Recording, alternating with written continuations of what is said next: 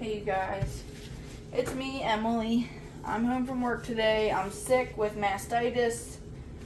Waylon is not going to be in this video because it's probably going to be a long video, and Waylon is at daycare right now. So in this video, I'm just going to show the whole process of how I freeze my milk and talk about that, and we're going to be talking about mastitis and fertility and trying to conceive. So if you're a family member here to see Waylon, just click off this video because he's not here today.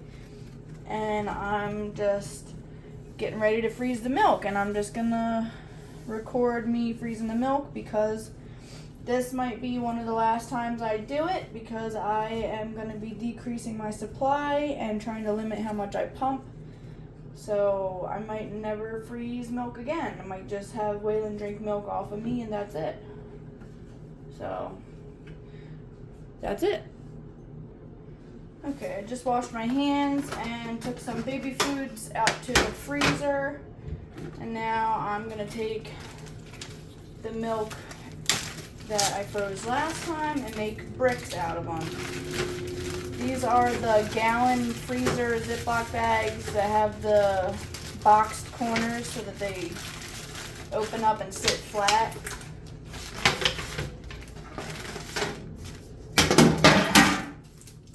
These are all 4-ounce milks, super flat. 4 ounces of milk. I freeze milk every 4 days. And I freeze on Sundays and Wednesdays. Today is Thursday. Yesterday I was too sick with my mastitis to do the milk. So I stayed home today, and this is what I'm doing. I was cleaning the house. So today was kind of stressful. I texted my supervisor, well, my flight chief last night, and was like, hey, I can't come in tomorrow. I need to stay home and take care of my breasts. I have mastitis, and I can't do it while I'm at work. Because, you know, I didn't go into much detail because he's a guy, but I basically said I need to take care of myself. I'm staying home today. And so me and Waylon woke up at 5. Waylon drank milk off of me, and we'll fit that in there. 1, 2, 3, 4, 5, 6, 7, 8, 9, 10, 11, 12, 13, 14, 15, 16, 17. 17 times 4, 68. You normally can get 18 in these bags, but so then I just write right here. I think that's 68. It's either 68. I think 18 times 4 is 72. So this one is 68. Okay, so I got one brick, and I'm making another one. So we woke up. We've been following our routine that I made. We went potty, and then put on our outfit for daycare, which is just a t-shirt and a diaper lately is what I've been putting them in. Then we brushed our teeth together. Waylon likes brushing his teeth with his mommy. And then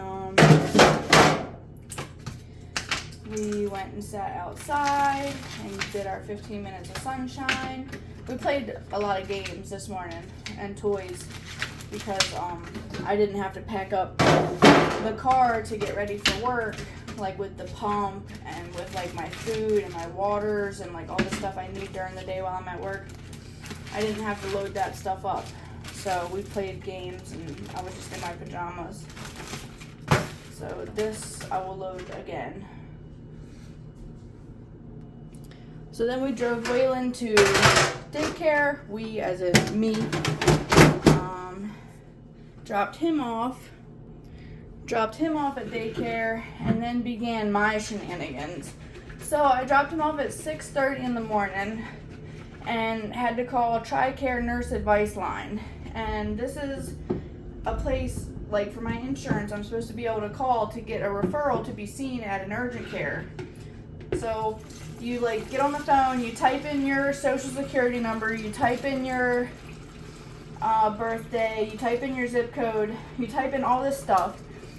After you like press all these buttons, like to speak to a nurse, press 1, to do this, press 2, to do this, press 3. So you get through like 6 menus, right? I'm not exaggerating, because it's like for information about your Privacy Act, press 1. For English, press 1. It's like all these questions. So anyway, and you finally get to a nurse. You've typed in your social, you've typed in your birthday, you've typed in all this stuff. You get to the nurse, and then she's like, what's your social? What's your birthday? What's your address? What's your phone number? What's your physical location right now? And it's like, it's basically 30 minutes before you can talk to a nurse, because you have to do all of this crap, right? And my tits are on fire because I have an infection in my tits because I have mastitis. So anyway, I'm freaking out. It's 7 in the morning, and I'm like, hey, I got mastitis. So I'm telling her all my symptoms. It started on Friday. I think I got a clog. I came home and massaged it and did all this stuff trying to get it out. I think I got it out, but now both of my boobs hurt. There's like red patches on my skin. I feel engorged even though there's no milk in there. I'm not getting as much milk out when I pump. It hurts to pump. I normally pump for 30 minutes, but I can only stand it for like 13 minutes now. I have to shut it off like around 11 to 12 minutes. And it's like just excruciating. And so it's been 6 days that I've had these symptoms, because it started on Friday and today is Thursday. So I'm like, basically the whole reason I'm calling is I know I need antibiotics, basically, because mastitis is a spectrum. It starts off like with a clog or inflammation, something that irritates your breasts. And then if it's not treated, it can turn into an infection. And then if that's not treated, it can turn into an abscess. And if you get an abscess, they might have to do surgery or stick a needle in there and drain it out. And this could permanently affect your milk supply. So, like for current baby and for the next baby. So it's very serious. Not only that, if you don't get it treated, I mean, we have modern medicine, but if you don't get it treated, you could die. And I'm sure there's complications in the hospital setting that if things don't go well, you could also pass away. But mastitis is very, very serious, and I don't think I have an infection yet. I just think I'm on like the inflammation stage. I think I irritated my breast trying to get the clog out. I think I was following the wrong advice. Hold on. So a lot of people on Facebook and on Google will give you this advice to wear a tight bra, put cabbage leaves on your boob, massage your breast to get the clog out, pump more frequently, latch the baby more frequently. They'll tell you all this advice to fix it, and it's honestly the opposite of what you're supposed to do.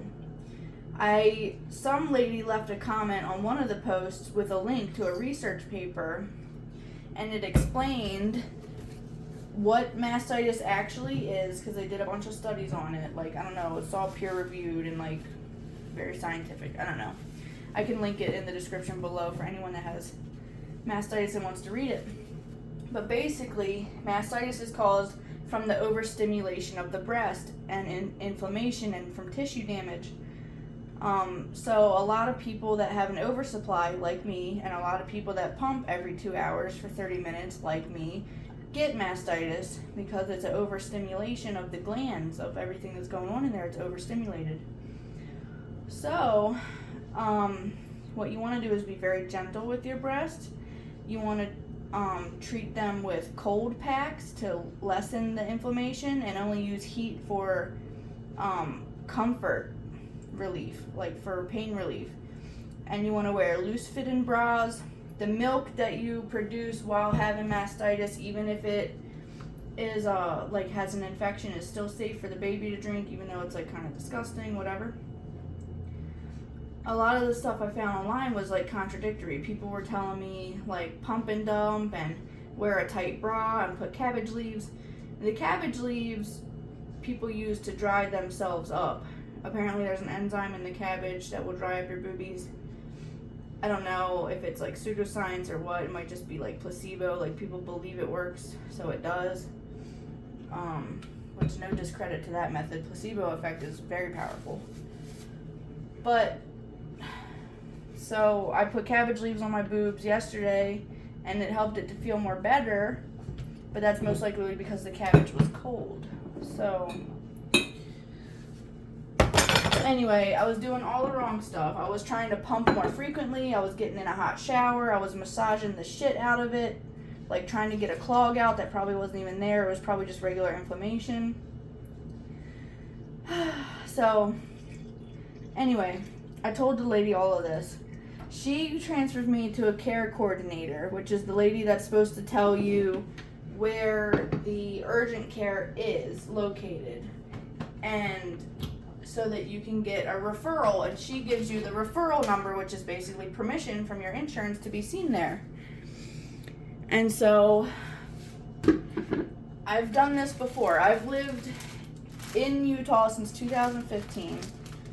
1, 2, 3, 4, 5, 6, 7, 8, 9, 10, 11, 12, 13, 14, 15, 16, 17, 18.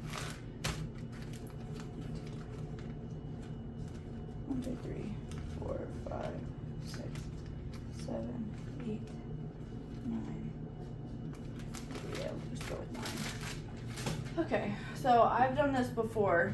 I've lived in Utah since 2015, and I've worked out of this base since then and been assigned to the same medical group.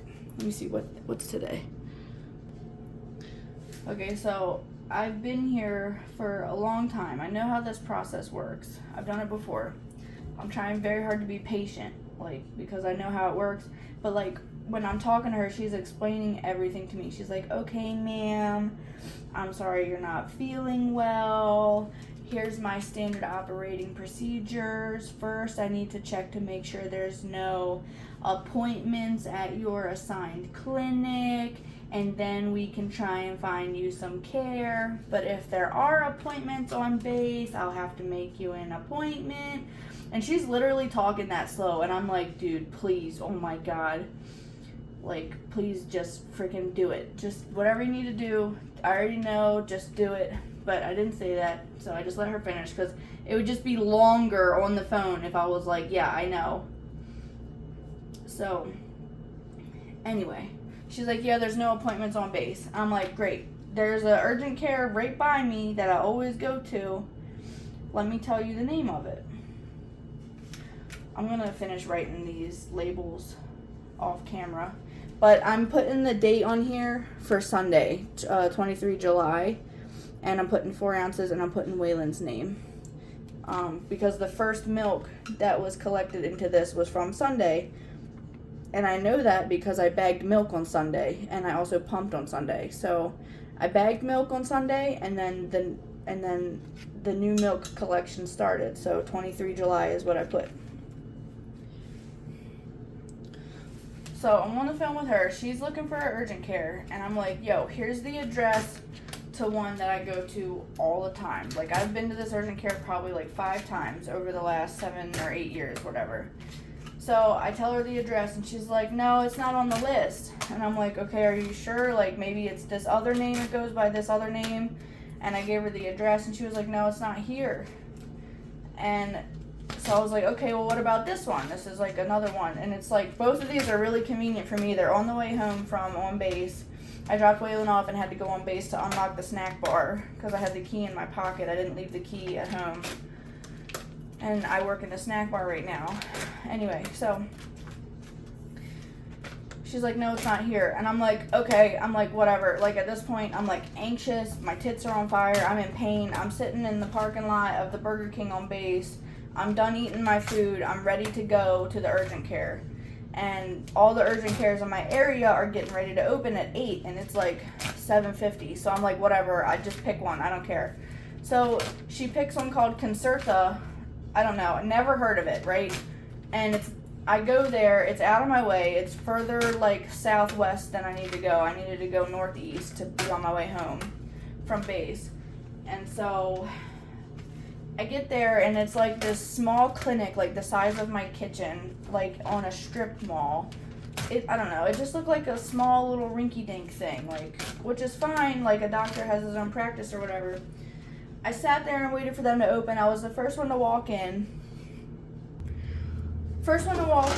And I go in there and she's like, how can I help you? I'm like, hey, I got mastitis. I need to get seen by somebody. And she was like, hold on, let me go talk to the provider and see. And I'm like, what the hell? So she goes and she comes back and she takes me into the other room and she's like, hey, so this is actually like a muscular and skeletal, something, muscles and skeletons, I don't know, urgent care. She was like, this isn't like a regular urgent care where you come here like if you're cold or you get like, you have like a cold or something, or like women's issues. She was like, the doctor doesn't do like pediatrics or none of that. I was like, oh my god. So she was like, yeah, we get people from TRICARE all the time. And I was like, oh my god. So I call them back. I'm on my way to the first clinic, the one that I wanted to go to from the beginning, because it's on my way home and it's right next to base. And I call a different lady and I explain to her I had to do the whole thing all over again. I had to press all the buttons in the beginning, go through the menu, talk to a nurse, tell her all my symptoms. I got to a care coordinator and I'm like, y'all might want to make a note next to that location not to send people there for stuff like this, because that's just for muscular and skeletal reasons. Like the doctor that works there only works on people that have muscle and skeleton problems, I guess. Not like urgent care problems, like you're sick or I don't know what else you go to urgent care for. I go when I'm sick. But anyway, I'm like having her double check. I go into the urgent care and I'm like, hey, are y'all in TRICARE's network? And the ladies at the desk are like, yeah, we're in TRICARE's network. And so I tell the lady on the phone, I'm like, they say that they're in the network, so you need to find them because I'm here and I want to be seen here. She's like, you can get seen there. It'll just be out of pocket because it's not in the network. I'm like, yeah, I know I'm allowed to go to this urgent care. Like, what the heck? Like, who wants to go to when I have options that are paid for by my mandated insurance? Why would I want to pay for an urgent care? Because I'm active duty in the military and we're not allowed to have any other medical insurance other than the one the military issues us, which is TRICARE Prime. So I'm stuck with whatever they give me. I can't get a new insurance. I can't, even if I wanted to pay for one, I can't. So this is what I got. So I'm like, is there anything here that these ladies at the desk can give you that can help you find it? Because they're saying they're in the network and you just can't find them. Because she can't give me the referral to get seen there unless she can find it on her list. So she puts me on hold and she goes to talk to somebody. She comes back and she's like, yeah, apparently they're not in our network anymore. They used to be, but we took them off. And I'm like, oh my god. I was like, I'm going to the ER, dude. I can't do this. I don't have time. Because by now, it's like 9:30 and I haven't released milk from my breast since 5 a.m. when Waylon woke up and he didn't drink all of it. So I'm engorged. My tits are on fire. It started raining. Like, I just can't, it was freaking me out. So I was like, I'm going to the ER. And I was like, I'm not going to these other urgent cares. Because she was like, I can send you to this one called Concerta. And I'm like, I just came from Concerta. I'm not going to no Concertas. She's like, well, this one's different. I'm like, I don't care if it's a different location. I'm not going to no Concertas because they're like 20 miles south. And I live up in Ogden. And they're probably going to turn me away. And I just need antibiotics. Like, that's all I need. And I need to just go home and do my self-care. I need to do certain things to fix it. Like, I need to put ice packs on. I need to eat and drink anti-inflammatory foods. I need to rest. I need to massage them. I need to be at home to take care of myself. And I'm like driving around doing all this crazy stuff. And it's anxiety inducing. Don't worry, it gets worse. So I go to the ER and I feel like an idiot because normally I don't feel bad about going to the ER, but since Zach moved in, he's like, why do you go to the ER so much? And I'm like, because TRICARE sucks. And he's like, well, just call them and see if you can get an urgent care. And I'm like, okay. And then this always happens, this crazy stuff. So I texted him. I was like, this is why I always just go straight to the ER. Because this is kind of like a day off for me, where a day off in the sense that I can get stuff done around the house without Waylon and also take care of myself. Even though I don't feel good and I'm sick, I still see it as like me time. And I'm pissed that I was out of the house from 6 a.m. until like 10:30, like doing all this, and I could have just went straight to the ER after dropping Waylon off and been done and back home by 7:30. Anyway, I go to the ER and I feel bad. She's like, how can I help you today? And I'm like, yeah, so my insurance can't figure out how to send me to urgent care, so I'm here at the ER. I got mastitis. And I love this ER. Ogden Regional, if you live in Utah or anything and you are in this area, Ogden Regional is way better than McCady, way better than Davis Hospital. It's just the best. So it's where I've been going. The first couple years I was stationed out here, I tried the other hospitals for like acute issues that I was having, but ever since I went to Ogden Regional, like, this is it. They take me straight back every time. I've never waited in the ER waiting room for longer than 10 minutes. I don't know if it's because I'm military or if it's just because they're that good. I feel like it's just because they're that good, because even on the busy days, I see them like getting people in and out of there, in and out of there. They're just really good. And it's been years and years, and I've seen all sorts of nurses and doctors in and out of there, so it's not like the same people, but they must just have it figured out. I love Ogden Regional. Like, honestly, going to the ER is like a pleasant experience if you're going to Ogden Regional. Anyway, they take me right back, and the nurse is like, what's going on? So I tell her everything, and she's like, all right, the doctor will be in to see you shortly. As she's walking out the door, the doctor's walking in the door. And he's like, hello. I'm like, hey, are you the doctor? He's like, yeah. I was like, wow, that was fast. And so I'm like, yeah, so I got mastitis and I'm trying to get antibiotics. And he's like looking at my chest, but I still had the gown on. So like he was like looking, but he wasn't asking like, can I see them? So I just like pulled them out. I was like, look, so they're all red and engorged, and explained all of the stuff to him. And like how I had a clog, or I thought I had a clog, but then I got it out, but I don't know for sure because I never saw anything come out that looked weird. And so I was like, yeah, do y'all need like a milk sample and to see like if there's a certain type of bacteria in there so you know what type of antibiotics to give? And he was like, no, we don't. He said it's normally just some sort of skin bacteria in there, like a staph infection or something. And I'll be honest with you, I don't think it's infected at this point because it's just regular milk coming out, and it's honestly not too painful. It's just uncomfortable enough that I have anxiety. So it's like kind of freaking me out and making me panic. But I do think it is honestly just some inflammation at this point. But mastitis is a spectrum. So that happened. So then he's like, yeah, I'm gonna prescribe you some antibiotics. We'll give you the first dosage here, and then we'll get you on your way. And I was out of there with, like, I probably was only there for like 30 minutes total. Like, no joke. I love that place. So they sent the prescription to my pharmacy of choice, and this is where TRICARE messes up again. Freaking TRICARE. I'm gonna change my pharmacy.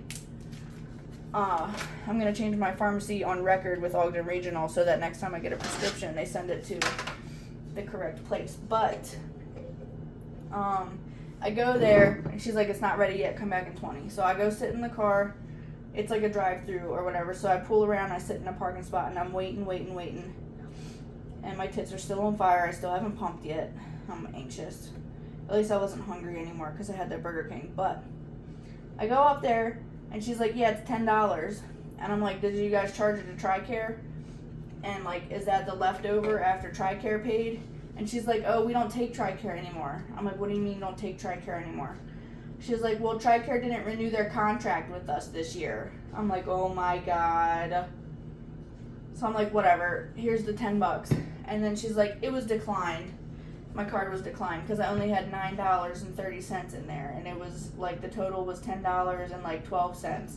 So I had to transfer $2 from my other account into there. And I'm like, please God. It's like everything that could go wrong went wrong. Like, I don't know. And I don't know if I was just having that sort of day because I was in that sort of mood and I like attracted that sort of stuff to me. But like, I really just wish things went smoothly. Anyway, I got my antibiotics. They put me on Certiflex or something. What is it called? It's called cefalexin. I gotta take it every 8 hours. So I put an alarm on my phone. But yeah, so then I came home and I got home around like 10:30 and I've been cleaning the house ever since, and now it's 1:20. And the whole time I'm cleaning, I can just hear Zach's voice in my head saying, calm down. The house is only ever 30 minutes away from being clean. And I'm like, what? When I asked him to clean the house, it really does only take him 30 minutes.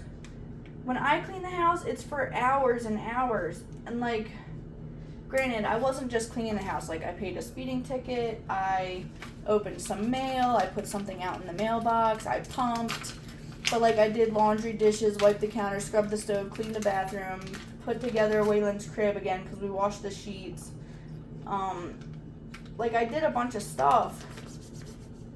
And I just keep hearing in my head his voice saying, calm down, don't freak out. It only takes 30 minutes to clean the house. And I have been cleaning the house for hours. I haven't sat down since I woke up at 5.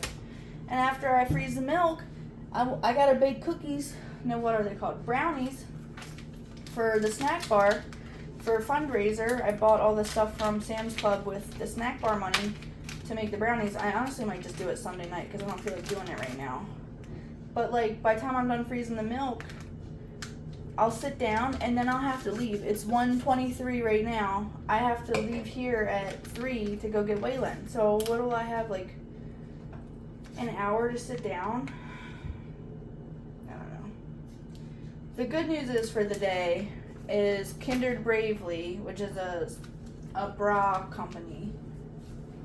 They sent me these things. They go in the bra. You've probably seen these before. They're just little inserts that go in the bra. I had Zach wash my work bra, my work pumping bra. It's like a hands-free bra that you can put the pump flanges into, and it holds the pumpers on your boobies for you. Well, I had Zach wash it, and when it came time to go to work on Monday and put all the laundry together, one of the little pads was missing. So it got lost in the wash. Lost in the sauce. And it was really nice of them because I bought that bra through Amazon under the Kindred Bravely brand. But I messaged Kindred Bravely directly and was like, hey, can y'all send me some of these pads? I lost mine. And that was on like Monday or Tuesday, and it's here today. And I was like really impressed. Like, wow. As soon as I got off the phone with her, I started getting email notifications like, your order has been picked, your order has been packed, your order has been shipped, your order has been delivered. I was like, damn, that was really fast. And they didn't charge me anything at all. And their bras are super, super comfortable. Like right now I'm wearing a Kindred Bravely lounge bra. It's a hands-free pumping bra. And I love it. I'm very, very comfortable. The only reason I don't wear it to work is, one, it doesn't have enough padding to hide my giant breastfeeding nipples. And two, I'm lopsided. One breast is bigger than the other because I'm breastfeeding, and it doesn't hide that very well when I'm in my work uniform. You can see it, and that makes me self-conscious. So the other one that I wear hides it very well because it has the extra padding, and you can't tell that one boobie is bigger than the other. I know it's kind of like too much information, but I told y'all in the beginning Waylon wasn't going to be here, and we were going to be talking about mastitis, so here we are. The next thing I want to talk about, I know I could just go on and on and on and on and on and on and on, but, and some of y'all are probably listening like, damn, does she ever shut up? How does she talk so fast? But anyway, me and Zach are officially, you guys, trying to conceive. Yay! Waylon's gonna have a baby sister. Zach says he thinks it's gonna be a brother, but I have a feeling, I can feel it in my heart that a baby sister is coming here to see us. So obviously I don't want to get pregnant like today, but I'm preparing my body to become pregnant within the next 3 months. I want to be pregnant no later than December 13th. So Waylon's birthday is November 13th. So Waylon's birthday is November 13th. I basically want to be pregnant by his birthday. My phone cut off. I don't really know where I was going with that thought, but I don't want to be pregnant like right now. I want to prepare my body for conception, and I've been doing a lot of studying about egg quality, and apparently the things you do today affect your eggs 3 months from now. Oh yeah, I was talking about my nursing schedule. So some things I read online say that you have to adjust your nursing schedule so that your period comes back, like pump less milk and like nurse less frequently or whatever.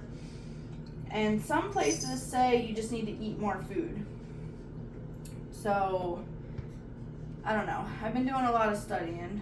Let me tighten this. I didn't tighten that all the way. I've been doing a lot of studying and watching videos about how to conceive while breastfeeding. And I think I will cut back a little bit on the breastfeeding because I do have an oversupply. So I'm going to gradually cut back on that. And basically the first step is cutting back during the nighttime and getting some sleep, because I pump every 2 hours for 30 minutes. And the first night I got 4 hours of sleep. The next night I got 5 hours of sleep. The night after that I got 6 hours of sleep. And then last night I got 7 hours of sleep. 6, did I say 6? Anyways, I got 7 hours of sleep last night. Waylon sleeps through the night. We put him down for bed between 5 and 5:30. He'll wake up at like 7:30, and sometimes he goes right back to bed. After he eats some food, he wants to eat like solid foods. He'll drink some milk and then he wants to eat solid foods. And then sometimes he's up until 10, but that's very rare now that we've got him on this new schedule. So he'll wake up at like 8 o'clock and maybe be up until like 9:30. So, and then he doesn't wake up all the way until 5 a.m. or 5:30 when it's time to drink milk and go to daycare. So if I sleep when Waylon sleeps, I can get a lot of sleep because he sleeps for a lot of hours straight. I just have to feed him a lot before he goes to bed. I feel like, and I haven't figured it out yet. Honestly, I think he wasn't ready to drop his third nap yet. So I've been playing around with the idea of letting him take like an hour nap or like a 45-minute nap when we first get home from daycare at 4, and then pushing his bedtime back to 5:45. So I don't know. We'll see. We just moved his naps up in the day. So instead of his first nap being at 7:30, they started it at 7. And then his second nap, they also scooted forward. We talked about scooting it forward because he seemed tired sooner. So we adjusted it that way. But now that leaves a big gap between his second nap and bedtime. And I'm thinking if he still needs that third nap. But everything online says that 8-month and 9-month-olds should be dropping a nap. And maybe he just wasn't ready to drop it yet. Anyway, so I am preparing my body to conceive, basically. I'm doing diet changes. I'm gonna make myself a schedule the way I made Waylon a schedule, and I'm gonna include a lot of exercises like pelvic floor stretches that I gotta do, because that's the whole reason why I couldn't give birth to Waylon, is my pelvic floor was too tight, and I was also pushing wrong. So I was supposed to be bulging when I was actually tightening my pelvic floor. And so yeah, I was doing it wrong basically. But I don't know why no one told me that. Like, you're pregnant for 10 months. All the doctors have time to explain to you how to push properly. I don't know why that was left out. It took a pelvic floor specialist 5 minutes to explain it to me. 5 minutes, a rubber glove, and some lube. And she taught me how to push a baby out. And it, like a light bulb, it just turned on. I was like, oh, that makes sense. That explains why I had to have a C-section. So I had to get over that trauma. But yeah, me and Zach want to have another baby. I have a feeling it's going to be a girl. He has a feeling it's going to be a boy. and I basically want to have a baby. I want to be pregnant by Waylon's first birthday, so when Waylon is a year and a half, no, how long would, my last pregnancy was like 43 weeks long, so what is that, 10 months? I was pregnant for like 10 months. So Waylon will be 22 months old when the next baby is born, basically, depending on when I get pregnant. But it is the end of July now. It's like July 28th or something. So I'm gonna be slowly cutting back on my pumps. I'm only gonna pump a certain amount while I'm at work. Instead of pumping 4 times a day at work, I'm gonna start with pumping 3 times and then twice, and then I'm gonna just pump once while I'm at work. As long as I'm getting the same amount of milk that he drinks at daycare while I'm at work. I might have to just keep pumping twice while I'm at work, because whatever he drinks at daycare, I want to make sure I can produce it when we're separate. So, like, one time they fed him 20 ounces in one day, and I was like, oh my god, dude. Like, luckily I have an oversupply, and I make a lot more than that each time, but like, each day. I was making like 42 ounces a day with pumping on top of feeding him when we were together from 4 p.m. until like 5 a.m. 3:30 p.m. until 5 a.m. is when we're together on work nights. I was pumping 41 ounces in addition. But now, since I had mastitis and my supply dropped, I'm making like 17 ounces a day extra. So when I see on there that they're feeding him 20 ounces, I'm like, oh my god, I'm not going to be able to keep up with him. But I have 4 months of milk in the freezer, and that will take him to his 1-year mark. And that's 4 months of him drinking milk if I was completely dry and he was drinking milk from the freezer, even at home, even when he was with me. Okay, that's all the milk. All done. And I just put it in the freezer. I'll show you guys. Hold on. And there's milk. That's it. I think my phone cut off because my mother-in-law called me. She wanted to know what was going on because she saw my post about being in the ER. She's like, what's going on? Why are you in the ER? But yeah, I just gotta put the rest of these things back in here. If you watched till the end, thank you very much.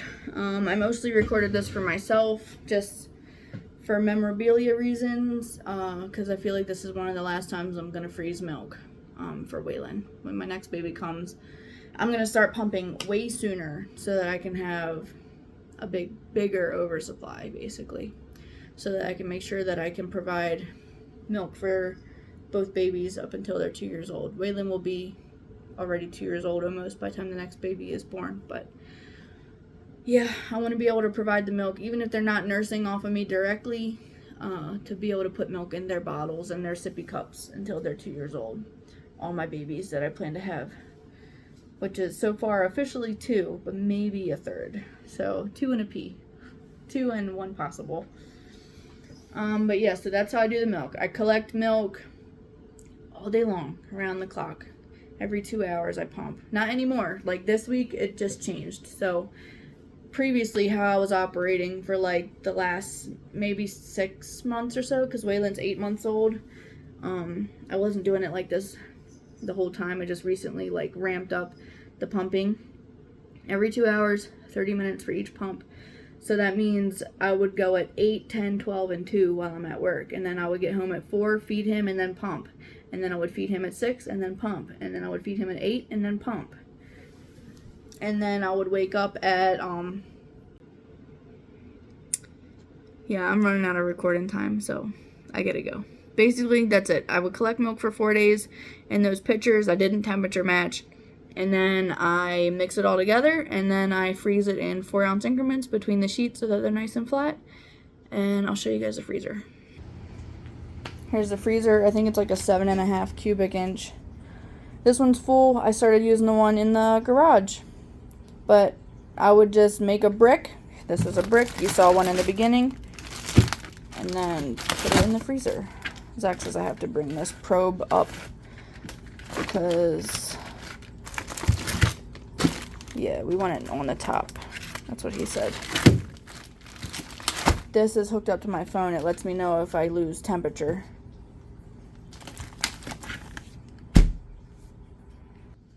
Anyway, if you watched the whole thing, thank you for watching. It was mostly for me so that one day I can look back and watch this video and relive the memory of freezing hundreds of ounces of milk every week.